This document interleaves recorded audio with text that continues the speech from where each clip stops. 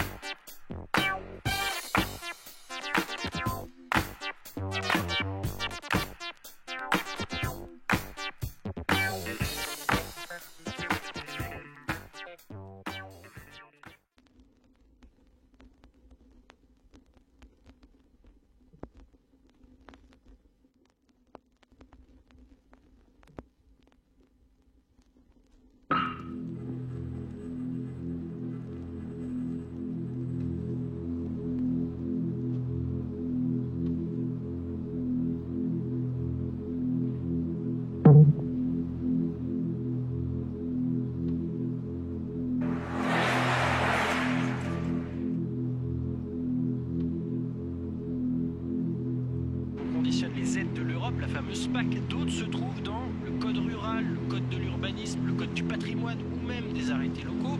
C'est à Bruxelles aussi que les agriculteurs doivent la règle des 4% de terre qu'ils doivent laisser en jachère pour favoriser la biodiversité.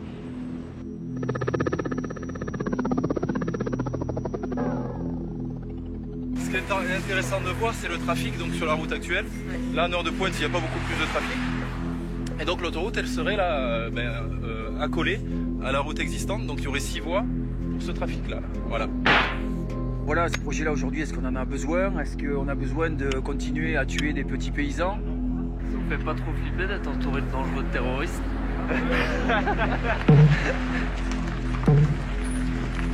Bonjour, vous allez bien? C'est la forme? Vous êtes monsieur? Le monsieur qui embête tous les gendarmes dans les arbres. C'est ça, qu'on passe Ça va? Ouais. Ouais, super.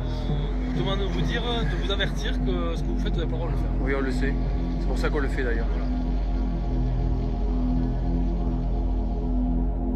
Donc, je dis aux consommateurs, ayez le souci de notre souveraineté alimentaire. Arrêtez de décourager les agriculteurs.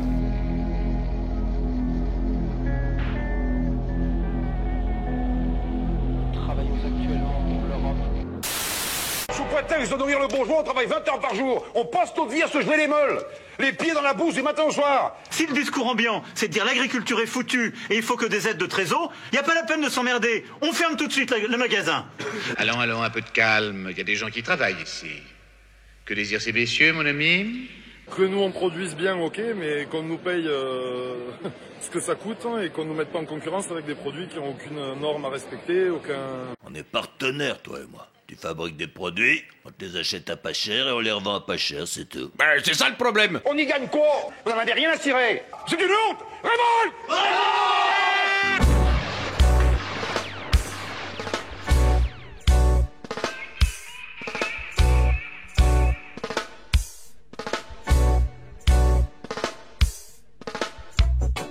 Ainsi, incomparables amis internautes, nous vous avions laissé, à la fin de notre dernier épisode, sur la révolte des agriculteurs et l'espoir qu'elle suscitait chez les Gaulois réfractaires, toujours aussi impatients de faire tomber le régime ordolibéral de notre bon président, enfant roi de la start-up nation. Elle sait qui est le patron, hein. Eh bien, dites-vous qu'il n'aura pas fallu un mois, ni le moindre tir de flashball, pour que la FNSEA siffle la fin de la récréation. Au vu de tout ce qui avait été annoncé, nous appelons à suspendre les blocages et à rentrer dans une nouvelle forme de mobilisation. C'est sérieux? Comment si c'est sérieux? Oui, faites vos annonces, comme si de rien n'était. Et attendez tranquillement jusqu'à soir. On suspend la mobilisation pour faire en sorte qu'on revienne à une discussion. Voilà qui devrait à coup sûr rassurer tous les bons agriculteurs de France. Ils se foutent de ta gueule. Là, je suis très déçu parce qu'on arrête comme ça. Les politiques sont beaucoup plus malins que nous. Oui, paysans, soyez certains que votre bon gouvernement vous aime. En agriculture, c'est comme en amour, il faut des preuves d'amour. Il est là aussi, l'autre couillon. Et il est là. Il faut des mesures concrètes. Mais il n'empêche pas personne de gagner sa vie, espèce de con, tant qu'à foutre le con là, autrement il va te botter le cul qui te dit. Écoutez-moi une seconde quand même, s'il vous plaît. Vous avez voulu envoyer un message et je suis venu vous dire que le message, on l'a reçu 5 sur 5. Allô, j'écoute. Qui est-ce? Non, je sais pas qui vous êtes. J'en ai marre pour canular. On a besoin d'obliger la grande distribution à nous garantir des prix minimums qui nous rémunèrent. Oui, j'ai lu votre proposition. Ah, mais c'est une très très bonne idée. Ah si, c'est formidable. Vraiment. Au revoir. Sans le ministère, c'est silence radio. On n'a rien de mesure concrète en fait. Bon, voilà, on attend toujours. On n'a rien sur le compte en banque pour l'instant. Patientez un peu, ça va s'arranger. La grande distribution, si concentrée dans ce pays, nous baisera chaque fois. Allons, vous savez le respect que nous portons pour tous ces paysans au visage buriné qui ont passé leur vie à cultiver de bons produits avec la passion du savoir-faire et l'amour de la terre. C'est pourquoi vous êtes prié d'écouter cet imberbe puceau pendant qu'il vous apprend la vie. Dans paysans, il y a pays. C'est bien trouvé ça. Pas mal. Sans nos paysans, sans nos agriculteurs, c'est plus la France. Et c'est plus un pays. Arrête ton cinéma, moucheron. T'as pas de muscles, tu sens la crème pour bébé. On va avoir des succès. Ne nous prenez pas pour des imbéciles, c'est intolérable. Parfaitement. Je n'en pense pas moins. Ces conneries, il peut se les garder. On est en train de crever, tous les paysans de France sont en train de crever. Ainsi, paysans, vous demandiez seulement à vivre dignement de votre travail. Ah bah, on va pas finir en cause. Eh bien, sachez que notre brave ministre de l'agro-business, dont personne n'a rien à foutre, vous a entendu. Et pour mieux se foutre de votre gueule, il vous offre le droit d'utiliser toujours plus de pesticides et autres saloperies phytosanitaires afin de vous empoisonner toujours plus. N'oubliez jamais que, si vous êtes obligé de vous cramer les poumons avec du Roundup, ce n'est pas à cause d'un modèle agricole productiviste mondialisé complètement absurde. Puisque c'est uniquement de la faute des écologistes. Et c'est pour cette raison qu'il est hors de question de laisser ces saloperies de zadistes dégueulasses des soulèvements de la terre s'exprimer au salon de l'agriculture. On nous pique notre travail, notre eau, et c'est pour quelques-uns. Et ça, c'est pas normal. L'État policier protège ça. C'est pas une organisation, c'est une espèce d'archipel de gens. Un collectif. Dont le modèle d'expression est plutôt le cocktail Molotov. Donc on discute pas avec ces gens-là, c'est très bien ainsi. En effet, merveilleuse tête de fesse gouvernementale. Si les soulèvements de la terre voulaient se faire entendre, ils n'avaient qu'à foutre le feu dans les centres-villes et faire des millions d'euros de dégâts, comme le font les gentils agriculteurs de la FNSEA.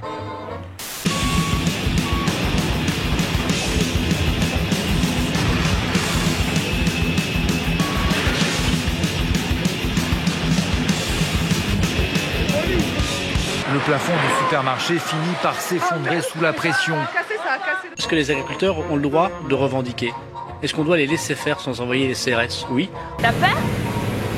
Un peu, ouais. C'est mignon. C'est un bouffon, ouais. Au passage, n'oubliez jamais que seul celui qui a une carte de la FNSEA est un véritable agriculteur. C'est pourquoi, quand les faux agriculteurs de la Confédération paysanne manifestent, les vrais agriculteurs de la FNSEA leur crachent à la gueule. Comme vous, je trouve que ce qui se passe est incompréhensible et le cynisme qui prévaut à tout ce que j'observe est intolérable.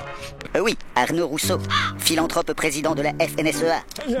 Vous avez bien raison de dénoncer le cynisme, vous qui êtes l'exemple même du modeste agriculteur français. Non seulement vous êtes diplômé de l'European Business School, mais surtout vous êtes le président du géant de l'agroalimentaire Avril, qui vend les huiles Le Sieur, Puget, Soleil et Guénard en France, ainsi que les marques Le Sieur Cristal au Maroc et Bunica en Roumanie.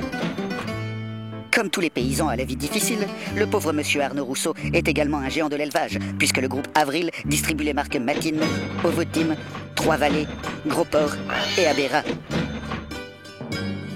Qui oserait accuser ce gentil vautour chauve d'être un homme d'affaires millionnaire et cynique, alors que le groupe Avril, via ses filiales Sanders, Immédiat, Sunfeed et Kyriel, se taille une part non négligeable du marché de la nourriture pour animaux? Et si cela ne vous suffisait pas pour admettre que cette tronche de cul est un véritable paysan avec de la terre sous les ongles, n'oubliez pas que le groupe Avril produit les agrocarburants Dister et qu'il est un acteur majeur de la pétrochimie grâce à ses filiales Avril Développement qui se cachent sous les appellations Adonial, Terial, Fidalliance et Evertree. Ainsi, avec un tel CV, il faudrait être très hypocrite pour ne pas comprendre que la FNSEA sert au mieux les intérêts des paysans modestes, toutes filières confondues. Eh ben, on va s'occuper de vous, messieurs. Nous allons certainement pouvoir vous satisfaire, messieurs, vous permettez? Oui, producteur de lait. Dites-vous bien que si les géants des produits laitiers sont obligés de vous acheter votre production pour des cacahuètes, c'est parce qu'il faut bien engraisser les pauvres actionnaires affamés. Écoutez, moi, les gars, j'ai 12 000 tonnes de yaourt à écouler cette année.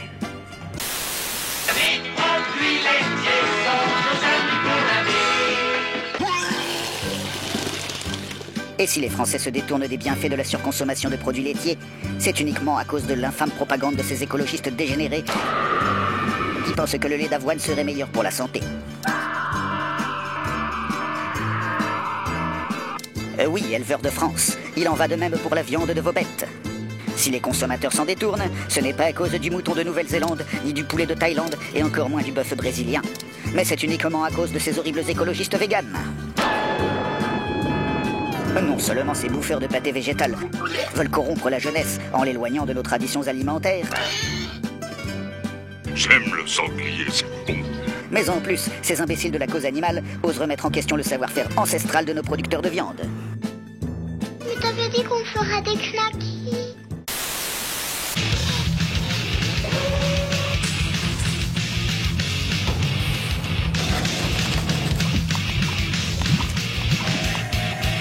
Saucisse!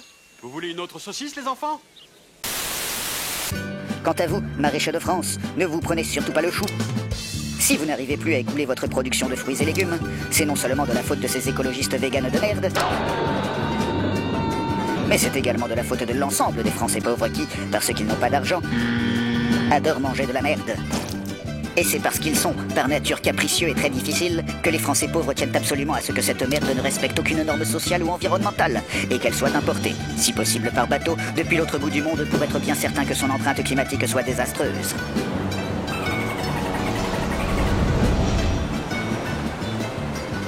Dans cette optique, c'est uniquement pour satisfaire ces méchants consommateurs français que nos gentilles autorités nationales et européennes s'évertuent à ouvrir toujours plus notre marché à la concurrence internationale.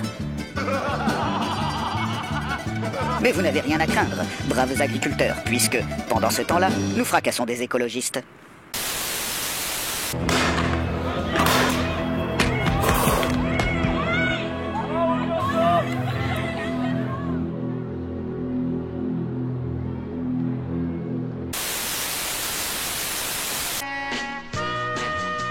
En définitive, maintenant que les accords de libre-échange permettent d'inonder nos grandes surfaces avec le pire de l'agroalimentaire mondial, l'urgence n'est plus à la régulation des importations, mais bien à la construction massive d'infrastructures qui permettront l'acheminement de toute cette merde à travers le territoire. Les territoires.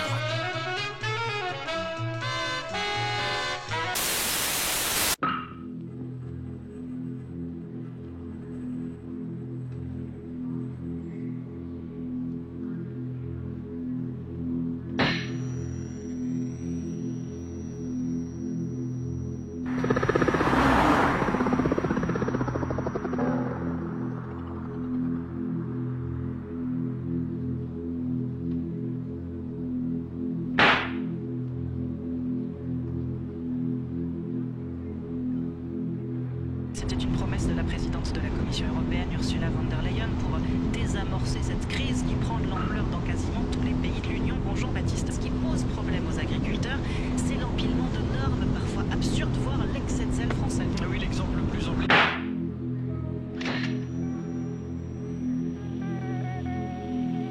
Nous travaillons actuellement pour l'Europe.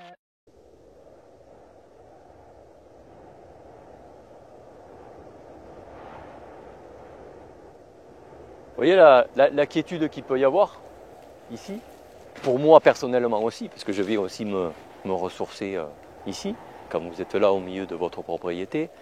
Au niveau de cette trace, vous voyez, ça sera la partie nord de l'autoroute, là, et 30 mètres en dessus du bassin.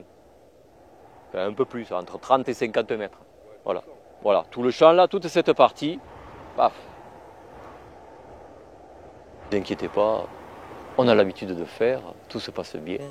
Sauf qu'il oublie de dire quand même que des fois, il y a des gens qui se suicident.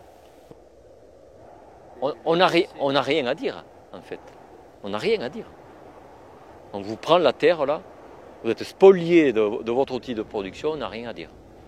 Vous vous taisez et puis voilà, c'est tout. Et qui laisseront la merde, entre guillemets, entre agriculteurs.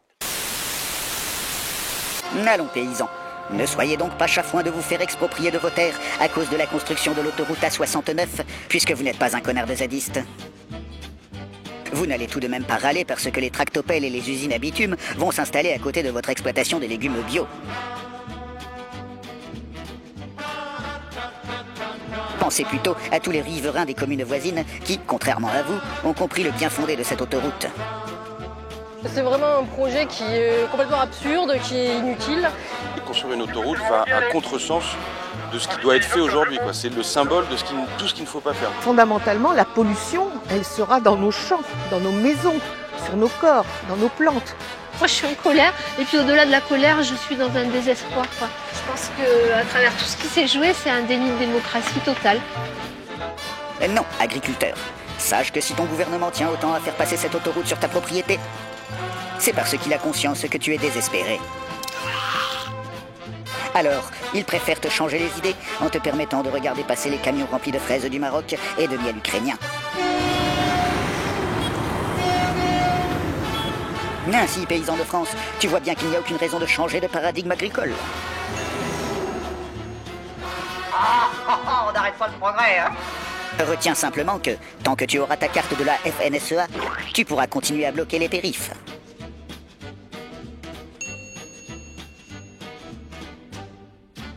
Personnellement, j'aime pas bloquer les gens, ça c'est sûr, mais on n'a pas vraiment d'autre solution. Tu auras même le droit de venir mettre le bazar dans les hypermarchés parce que, en fait, les actionnaires s'en foutent. C'est pas grave. On est couvert par les assurances. Notre vocation à nous, c'est de faire de l'argent, et quoi, c'est tout. Tant que tu te contenteras de faire sauter des bombes dans les agences de l'environnement. À Carcassonne, il y a un bâtiment qui a été soufflé par une explosion, un bâtiment public. Notre gentil gouvernement sera gentil avec toi. En tant que ministre de l'Intérieur, à la demande du président et du Premier ministre, je les laisse faire. Parce que la circulation, c'est l'ordre légal. C'est pas la pétanche ou quoi? Depuis le début, vous crevez de trouille. Mais pas du tout. Pas du tout. Ça, c'est pas vrai. Oui, braves agriculteurs. Vous avez bien le droit de penser que vous faites très très peur à notre exécutif. Vous avez même le droit, bien entendu, de foutre une pagaille monstre dans les allées du salon de l'agriculture. C'est une honte, la honte du pays. Mais il n'a pas fait crever que l'agriculture. Les hôpitaux, ils ont crevé. Tout est crevé à cause de lui. Merci l'ultralibéralisme, voilà qu'on en est. Vous comptez le dégager physiquement? On va le dégager s'il faut physiquement. Malheureusement, non, paysans. En réalité, vous n'allez pas dégager notre bon président.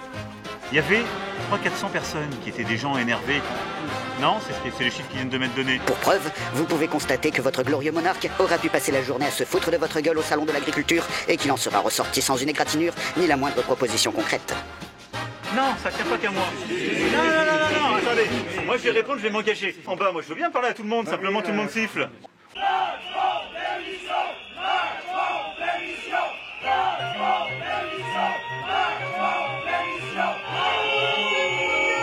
Battez-vous pour nous! Retournez-vous! Et si notre président ne s'inquiète pas outre mesure, c'est parce qu'il sait que, très bientôt, vous devrez abandonner le combat pour retourner à la ferme, la queue entre les jambes. Vous croyez que ça me fait plaisir de monter au salon? C'est mon père qui a 72 ans qui s'occupe de la ferme. Non, en effet, si vous ne voulez pas crever la gueule ouverte encore plus vite, il faudra bien vous occuper de votre exploitation.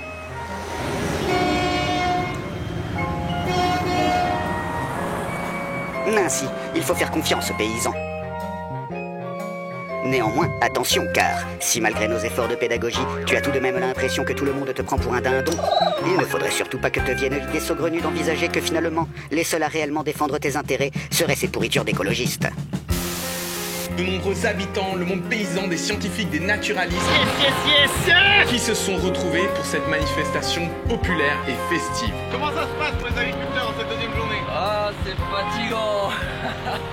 Oui, agriculteur, sache que si par hasard te prenais l'envie de ramener ton tracteur au milieu des punks à chiens de la ZAD pour faire valoir un autre modèle agricole et t'opposer au projet absurde de l'agrobusiness, alors Pimpon le lapin, ton gentil ministre de l'Intérieur et du chantage à la turlute, se fera un plaisir d'envoyer la troupe te défoncer ta sale gueule d'écologiste.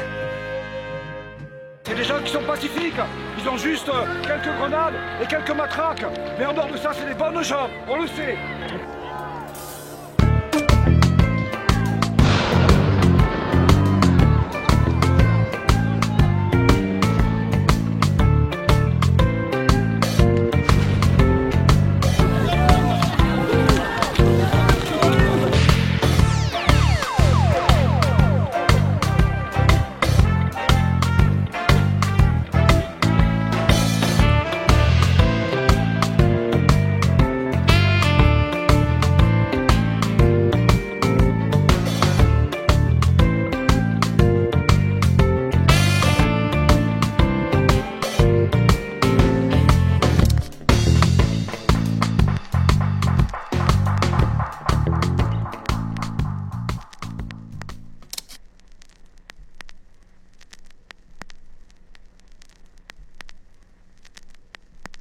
Au fait, j'y pense. Vous avez pensé à soutenir le studio Crapulax sur sa page Tipeee? Non, j'ai dit ça parce que le lien est dans la description. Faut pas croire, ces montages vidéo et ces blagues de prout, c'est du taf. Et moi, je pense qu'il faut soutenir ce genre de médias indépendants. Moi, ça m'a pris 5 minutes. Au début, j'ai hésité à lui faire un type unique. Et puis, je me suis dit que les types automatiques à partir de 1 euro pour chaque nouvelle vidéo, ce serait encore plus sympa. Comme un genre d'abonnement en quelque sorte. Sérieusement, c'est quoi 1 euro? Vous pouvez donner plus si vous voulez. Mais on n'est pas tous des macronistes plaosa, c'est pas vrai? Moi, je dis que plus on sera nombreux à faire comme ça, plus le studio pourra continuer à nous faire rire tout en dégageant un revenu honnête de son activité.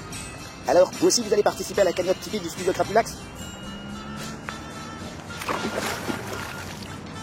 N'oubliez pas que le lien est en description.